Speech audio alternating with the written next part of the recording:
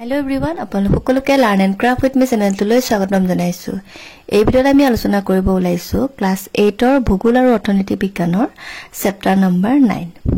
এই চেপ্টাৰটো তোমালোকৰ first, second, third আটাইকেইটা নোটেষ্টত আহিব। গতিকে চেপ্টাৰটো ভালদৰে মন দি পঢ়িবা আৰু যিখিনি কোৱেশ্চন আছে কোৱেশ্চনহে মুখস্থ কৰি থবা, তেতিয়া তোমালোকৰ আটাইকেইটা পৰীক্ষাত সহায় হ'ব।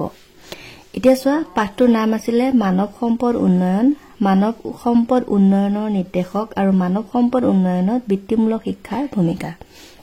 গতিকে বলা পলম নকৰি ভিডিঅ'টোলৈ আগবাঢ়ো। ইয়াতে তোমালোকে এটা কথা জানিব লাগিব যে মানৱ সম্পদ মানেনো কি। তে ইয়াতে দিছে চোৱা যে সকলো মানুহে উৎপাদনত অংশ ল'ব নোৱাৰে যদিহে তেওঁ শাৰীৰিক আৰু মানসিকভাৱে শ্ৰম কৰিবলৈ সক্ষম নহয়। মানে কি মানৱ সম্পদ কি জানানে? মানৱ সম্পদ হৈছে সেই সকল মানুহ যিসকল শাৰীৰিক বা মানসিকভাৱে মানে কাম কৰিবলৈ সক্ষম হয় দেশখনৰ উন্নতিৰ কাৰণে। বুজি পাইছানে? এখন দেশৰ জনসংখ্যা বৃদ্ধি হোৱাটোৱে মানৱ সম্পদ বৃদ্ধি হোৱাটো নুবুজায়। সম্পদ হ'বলৈ হ'লে মানুহ কিছুমান গুণৰ অধিকাৰী হ'ব লাগিব। এইখিনিৰ পৰা তোমালোকে ধাৰণা কৰিব পাৰিছা যে মানুহ মাত্ৰই সম্পদ নহয়। সম্পদ হ'বলৈ হ'লে কি হ'ব লাগিব? তেওঁ শাৰীৰিক আৰু মানসিকভাৱে মানে কাম কৰিব পৰা শক্তিটো থাকিব লাগিব, তেতিয়াহে দেশখনৰ উন্নতি হ'ব, হয় নাই? ইয়াতে তোমালোকৰ দুটা পৰিয়ালৰ কথা দিছে। প্ৰথম পৰিয়ালটোত কি আছিলে? দেউতাকজন টিচাৰ আছিলে আৰু মাকে অকল ঘৰৰ কাম কৰিছিলে। বাকী ল'ৰাকেইটাই ভালকে ধৰা BA MA পাছ কৰিলে, কিন্তু তেওঁলোকে মানে কি হ'ল চাকৰি পোৱা নাই, আৰু চাকৰি নোপোৱা কাৰণে তেওঁলোকে মানে ঘৰতে এনে আছিলে আৰু ঠিক আছে, কোনো ব্যৱসায় বাণিজ্যত মানে মন দিয়া নাছিলে। তাৰপিছতে তোমালোকৰ দ্বিতীয় পৰিয়ালটোত দিছে। ইয়াত তোমালোকৰ কি হৈছে যে দেউতাকজন খেতিয়ক আছিলে আৰু মাকেও মানে এনেকে কাপোৰ বয় বা এনেকুৱা কিবা আৰু। তাৰপিছত তেওঁ ল'ৰা এজনী আৰু ছোৱালী এজনী আছিলে। তোমাৰ ল'ৰাজনেও তোমাৰ তেনেকুৱা প্ৰাইভেট জব কৰিলে, মানে মাষ্টাৰ ডিগ্ৰী কমপ্লিট কৰি পেলাই ৰখি নাথাকিলে। মই শ্বৰ্টকে কৈ দিছো। আৰু ছোৱালীজনী কি আছিলে? ভৰিখন অকমান ছুটি আছিলে, তথাপিও তেওঁ সেইবিলাক বাধা নেওচি বিউটিচিয়ান পঢ়ি আহি মানে তেওঁ ধুনীয়াকে পাৰ্লাৰ খুলিলে আৰু তাৰপিছত ঘৰখন মানে ধুনীয়াকে 4জনৰে ইনকাম হৈ পেলাই ধুনীয়াকে চলি আহিলে, ঠিক আছে। তো ইয়াৰ পৰা কি বুজি পালা যে দুটা পৰিয়ালৰ কথা দিলে। ফাৰ্ষ্ট পৰিয়ালটোত কিয় প্ৰব্লেম আহিলে? কাৰণ তেওঁলোকে কাম কৰিবলৈ লাজ কৰিলে, হয়নে? লাজ কৰি পেলাই তেওঁলোকে ঘৰতে বহি থাকিলে। কিন্তু সেকেন্ড পৰিয়ালটোত কি হ'ল? তেওঁলোকে লাজ নকৰি পেলাই কাম কৰিব আগবাঢ়ি আহিলে। তাৰ ফলত তেওঁলোকৰ কি হ'ল? উন্নতি হ'ল। আৰু এই উন্নতি কোনে কৰিছে? মানৱ সম্পদ। এতিয়া আমি যদি দুইটা পৰিয়াল কম্পেয়াৰ কৰি চাওঁ, তেতিয়াহ'লে আমাৰ সেকেন্ড পৰিয়ালটোত আমাৰ মানৱ সম্পদ হৈছে, মানে গঠন হৈছে, হয়নে? কিন্তু ফাৰ্ষ্ট পৰিয়ালটোত মানৱ সম্পদ গঠন হোৱা নাই। তে ইয়াৰ পৰা কি বুজিলা যে পঢ়া শুনা কৰিলেই নহ'ব, সি কি কৰিব লাগিব? মানে শাৰীৰিক আৰু মানসিকভাৱে সেই কাম কৰিব পৰা শক্তিটো থাকিব লাগিব। ইয়াতে কুৱেশ্যন কি আছে? প্ৰথম পৰিয়ালটোত দুৰ্দশা নামি অহাৰ কাৰণ কি? যে প্ৰথম পৰিয়ালটোৰ ল'ৰা দুটাই শ্ৰম নকৰি পেলাই বহি থাকিলে, হয়নে? গতিকে তেওঁলোক কি হ'ল? তেওঁলোকৰ দুৰ্দশা নামি আহিলে। কোনটো পৰিয়ালৰ মানুহখিনি মানৱ সম্পদ হিচাপে বিবেচিত হৈছে? সেকেন্ড পৰিয়ালটো, হয়নে? দ্বিতীয় পৰিয়ালৰ ল'ৰা ছোৱালী হালে প্ৰশিক্ষণ লৈ কি কৰিলে? ল'ৰাজনে কি কৰিলে? এটা বেচৰকাৰী সংস্থাত চাকৰি লাভ কৰিলে আৰু তোমাৰ ছোৱালীজনীয়ে বিউটিচিয়ান পঢ়ি পেলাই পাৰ্লাৰ খুলিলে, হয়নে?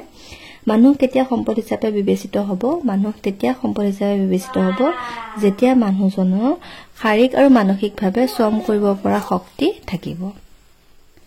তাৰপিছতে আহিলে মানৱ সম্পদ উন্নয়নৰ নিৰ্দেশক। নিৰ্দেশক মানে কি? ইণ্ডিকেটৰ, যিয়ে ইণ্ডিকেট কৰে যে আমাৰ দেশখনত কিমান মানৱ সম্পদ গঠন হৈছে। তাৰে কিছুমান উদাহৰণ দিছে। শিক্ষাৰ হাৰ, মানে কিমান ল'ৰা ছোৱালী শিক্ষিত হৈছে, বুজি পাইছে? কিমান ল'ৰা ছোৱালী স্কুলত নাম ভৰ্তি কৰিছে। তাৰ পৰা আমি গম পাব পাৰো যে মানৱ সম্পদ গঠন হৈছে নাই। যিখিনি মানুহে পঢ়া শুনা নকৰিলে তেওঁলোকতো মানৱ সম্পদ নহয়, হয় নাই?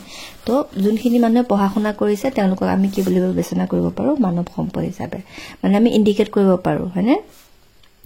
জীৱনৰ প্ৰত্যাশা। ইয়াতে তোমাৰ কি হৈছে যে মানৱ সম্পদ উন্নয়নত আন এটি নিৰ্দেশক হৈছে জীৱনৰ প্ৰত্যাশা। এটি শিশু জন্ম পাছৰ পৰা কিমান বয়সলৈকে সুস্থ সবলভাৱে জীয়াই থাকে তাক জীৱন প্ৰত্যাশাই নিৰ্ণয় কৰে। বুজি পাইছা? এতিয়া শিশুটো তোমাৰ কি হ'ব? মানে সুস্থ হ'ব লাগিব, হয়নে? ধৰা শিশু এটা জন্ম হৈছে, জন্ম হ'লেইতো তেওঁ মানৱ সম্পদ হিচাপে গঠন নহ'ব, হয় নাই? তেওঁ সুস্থ হ'ব লাগিব বা পঢ়া শুনা কৰিব লাগিব, হয় নাই? বা নিজকে এটা আৰ্থিকভাৱে উন্নত কৰিব লাগিব, তেতিয়া মানৱ সম্পদ গঠন হ'ব, হয় নাই?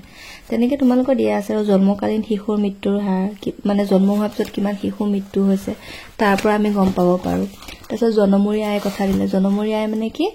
মুঠ ৰাষ্ট্ৰীয় আয়টোক এখন দেশৰ মুঠ আয়টোক তোমাৰ জনসংখ্যাৰে হৰণ কৰিলে যি পোৱা যায় তাকে কি বুলি কোৱা হয় জনমূৰি আয় তেনেকে বিদ্যালয় ভৰ্তি আৰু বিদ্যালয় এৰাৰ হাৰ মানে কিমানে প্ৰথমতে বিদ্যালয়ত এডমিশন ললে আৰু কিমানে তোমাৰ বিদ্যালয় এৰিলে তে যোনখিনি এৰিলে বিদ্যালয় তেওঁলোকৰ পৰা আমি গম পাব পাৰো সেইখিনি মানৱ সম্পন্ন হয় হয়নে প্ৰতিষেধক টিকাকৰণ তোমালোকে তেনেকে চাই লবা নেক্সট ইয়াতে তোমালোকৰ প্ৰশ্নকেইটা চোৱা যে শিক্ষাৰ উচ্চ হাৰে কিদৰে মানৱ সম্পদ উন্নয়ন হোৱাত বুজায় শিক্ষাৰ উচ্চ হাৰে মানৱ সম্পদ উন্নয়ন হোৱাত বুজায় কাৰণ উচ্চ শিক্ষা কৰিলেহে মানুহজনে শাৰীৰিক বা মানসিকভাৱে সুস্থ হ'ব হয় নহয় তে শিক্ষা যদি নাথাকে তেওঁটো তোমাৰ কাম কৰিবলৈ সক্ষম নহব হয় না তেনেকুৱা বহুত কাম আছে যিবিলাক কাম ধৰ শিক্ষা নোহোৱাকেও হয় কিন্তু বৰ্তমান যুগত যেনেকুৱা এটা পৰিস্থিতি হৈ আছে তাত তোমালোকৰ কি হ'ব শিক্ষাটো বহুত জৰুৰী হয় না জীৱনৰ প্ৰত্যাশা মানে কি কৈ আহিলো কিতাপত ধুনীয়াকে দিয়া আছে লিখিবা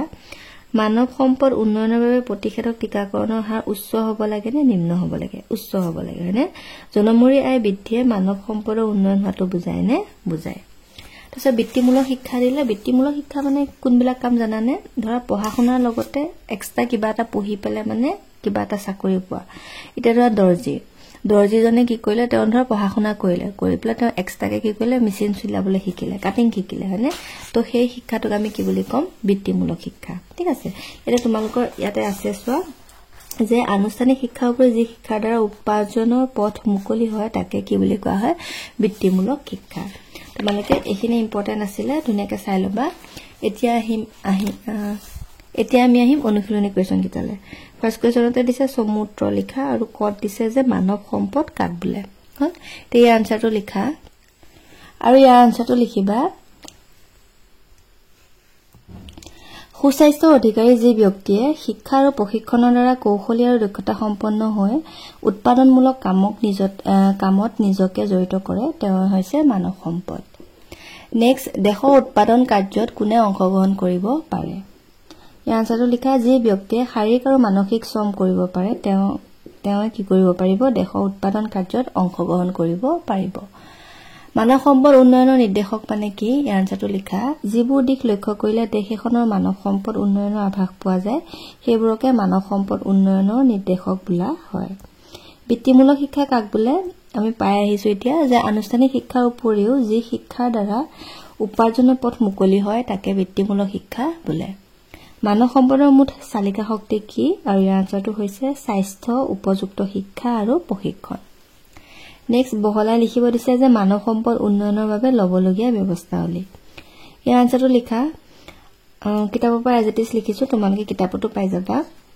ফাৰ্ষ্টতে আছে যে আমাৰ দেশৰ চৰকাৰে প্ৰৱৰ্তন কৰা আধুনিক আৰু বিজ্ঞানসন্মত শিক্ষা ব্যৱস্থা স্বাস্থ্য নীতি বিভিন্ন আঁচনি জলপানীৰ ব্যৱস্থা উন্নত মানৰ প্ৰশিক্ষণ তথা বিভিন্ন সা-সুবিধাৰ ফলত বৰ্তমান দেশৰ মানৱ সম্পদ উন্নয়নৰ দিশটো যথেষ্ট সবল হৈছে অৱশ্যে এই দেশত ক্ষিপ্ৰতা লাভ কৰিবলৈ আমাৰ দেশক এতিয়াও কিছু সময় লাগিব কাৰণ ভূ আয়তনৰ তুলনাত দেশৰ জনসংখ্যা ঘনত্ব বহু বেছি ইমান সংখ্যক মানুহ একেলগে উপযুক্ত শিক্ষা খাদ্য বাসস্থান কৰ্মসংস্থান আৰু স্বাস্থ্যৰ সুবিধা প্ৰদান কৰাটো বৰ সহজ কাম নহয় কিন্তু আমাৰ দেশৰ চৰকাৰেও পৰিৱৰ্তিত সময়ৰ লগত খাপ খোৱাবলৈ শিক্ষা স্বাস্থ্য প্ৰশিক্ষণৰ দৰে দিশসমূহত যথেষ্ট মনোনিৱেশ কৰিছে হিয়ে আগৰ তুলনাত শিক্ষিত মানুহৰ হাৰ বৃদ্ধি পাইছে আৰু তাৰ লগে লগে মানুহ সম্পদলৈ উন্নীত হৈছে নেক্সট আহিলে মানৱ সম্পদ উন্নয়নৰ নিৰ্দেশকসমূহ যিকিটা আমি এতিয়া পঢ়ি আহিছিলো শিক্ষাৰ হাৰ ইয়াতে তোমালোকে ধুনীয়াকে পাই যাবা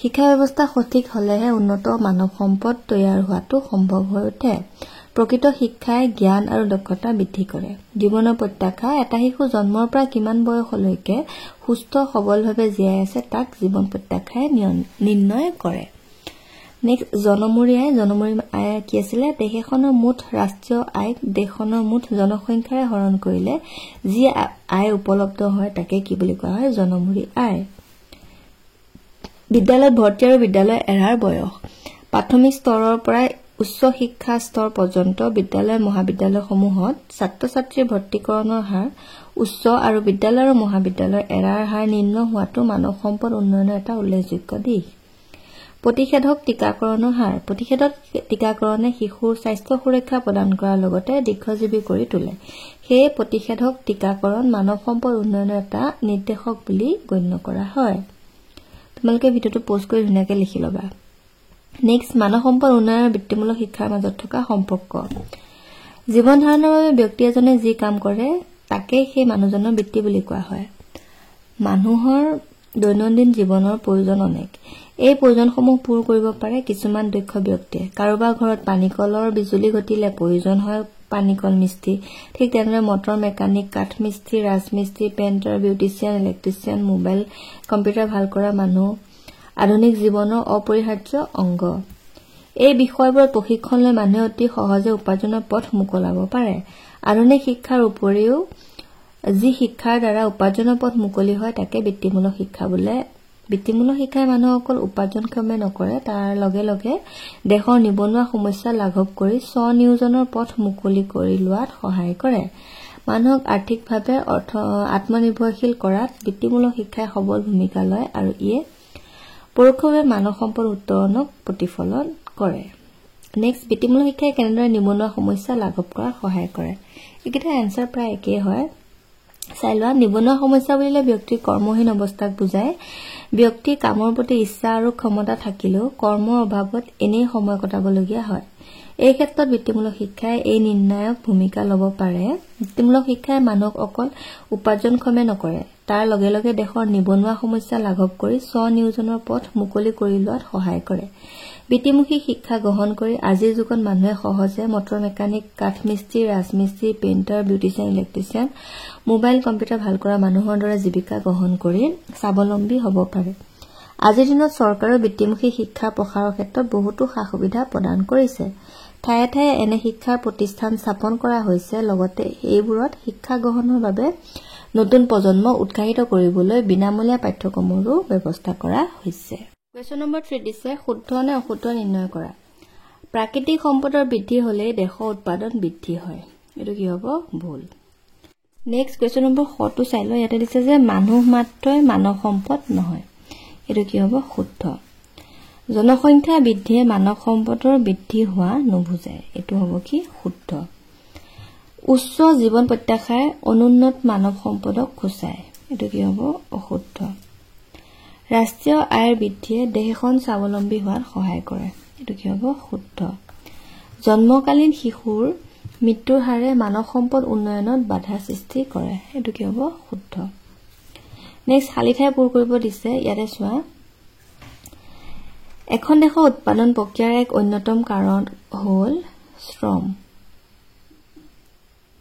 য'ত অংশগ্ৰহণ কৰিব পাৰিব একমাত্ৰ কোনে মানুহে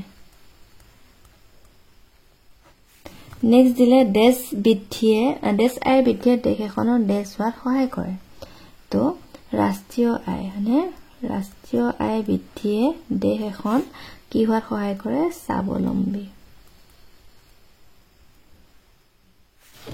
নেক্সট উচ্চ শিক্ষা গ্ৰহণ কৰাৰ পিছত দেশ সকলো শিক্ষিত ব্যক্তিকে দেশ যোগান ধৰাটো সম্ভৱ নহয় উচ্চ শিক্ষা গ্ৰহণ কৰাৰ পিছত চৰকাৰে সকলো শিক্ষিত ব্যক্তিকে কি যোগান ধৰাত সম্ভৱ নহয় চাকৰি দেশ শিক্ষা মানৱ সম্পদ উন্নয়নৰ দেশ সুপন ইয়াৰ আনসাৰটো হ'ব গুণগত শিক্ষা